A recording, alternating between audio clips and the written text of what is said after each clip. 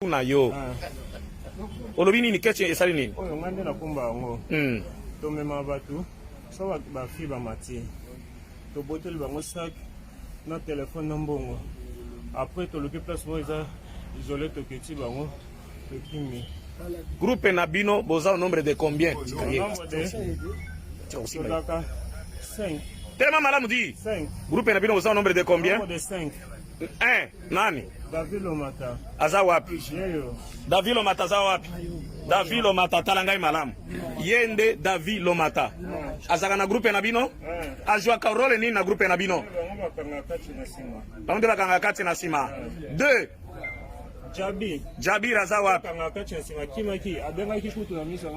Jabir akanga kati na sima me azali en fuite 3 Crispe akanga kati na sima aza wapi aza pe en fuite Joël aza na lokolama Joël aza na lokolama ye pe akimaki et puis yenda azaka na groupe na ye mususu nani azaka na groupe na ye mususu ye aza na bato na ye basala même opération ok tokei na ye oui non je parle nazo makambo ale quitter dans le groupe olobi ye ajwaka role nini bavanda na nsima mpona koetrangle sikoyo yo role na yo nini yo chauffeur boponaka basi wana ndenge nini la dernière fois que vous avez opéré bozwaka ye wapi boke kotika ye wapi na 24 tobandoke bandali totikaki na 24 kota cinquantenaire bobwaki na cinquantenaire bobangi teke kan kokoleza wana ezalaki isolé tangela ngai bambala nyonso boopere bozwaka wapi mosusu mokolo boye tozwaka boye totiki boye tangela ngai na beau marché toza na 24 na bandal oui na liberté tala ngai na elongi na limete totikaka ye na limete pe totikaka limete est-ce que musala wana eza musala malamu mutuka ezali ya nani mutuka eza mama mo apesanga sala taxi est-ce que mamba yebi musala osalaka oyo lelo atokendoza mutuka olobi ayoki yango ka lelo atokendoza mutuka mama ayoki yango ka lelo groupe na ye bazaka au nombre de combien parce que ye peza groupe mususu pe banlevaka bazaka au nombre de combien bozalaka mibale baza banani docteur na fataki baza banani bapolisier district nini district ya Kalamu na moi bosalaka na bango nini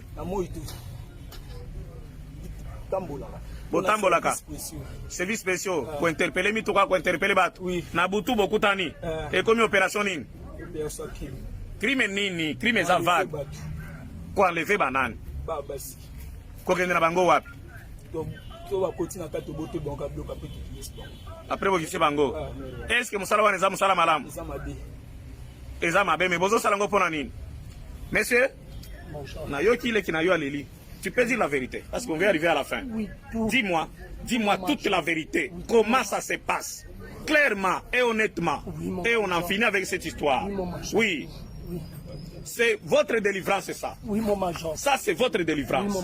Oui, il faut quitter ce chemin. Oui, c'est votre délivrance. Alors, dis-moi exactement, comment est-ce que ça se passe, David? Dis-moi toute la vérité. Oui, mon major. Mon major.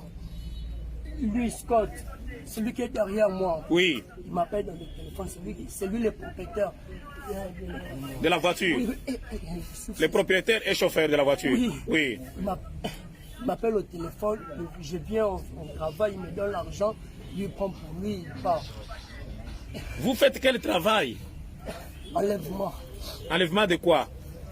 Enlèvement de filles. Une fille monte, on l'attrape, on prend juste l'argent, le téléphone pour enlever. Et votre groupe là est constitué de combien de personnes? Et quel est le rôle de chacun dans le groupe? Moi mon rôle, je reste derrière. Pour étrangler? Non, c'est lui qui est à côté de moi, Jabir. Moi, je suis au coin. Et c'est moi qui donne les sacs à la fille. Et puis? La fille contrôle. Vous opérez aussi avec une fille? Oui, elle est là. Vous opérez aussi avec une fille? Monsieur?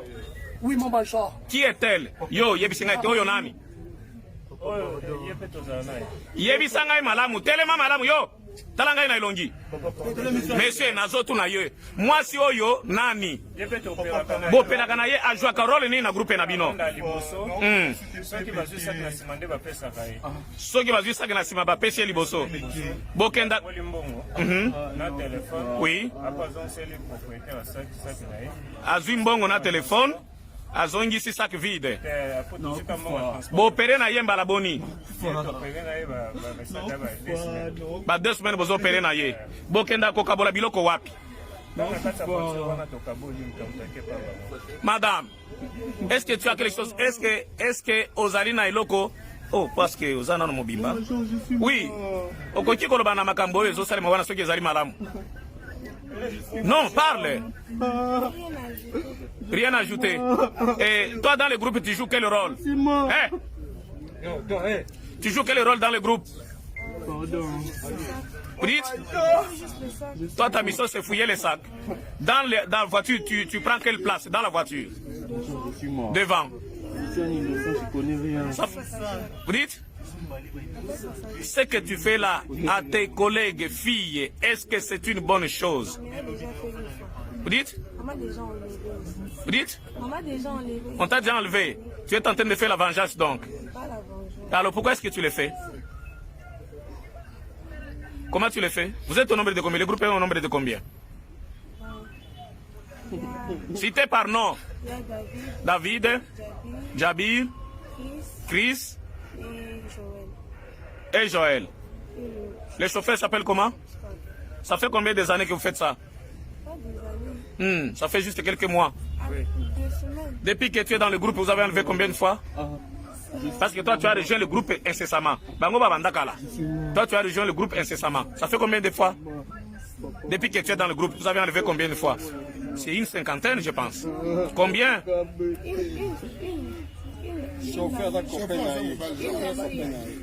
Vous avez enlevé combien de fois?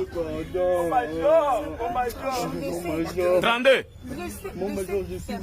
Vous avez enlevé 7 personnes. Non, c'est pas 7 personnes. Toi, tu ne viens pas tous les jours. Ok, ça fait au moins 7 personnes, 7 filles que vous avez enlevées. La première, vous l'avez enlevée où? Si vous avez une longue mémoire, une bonne mémoire. Bon marché. Mais quel est le monsieur?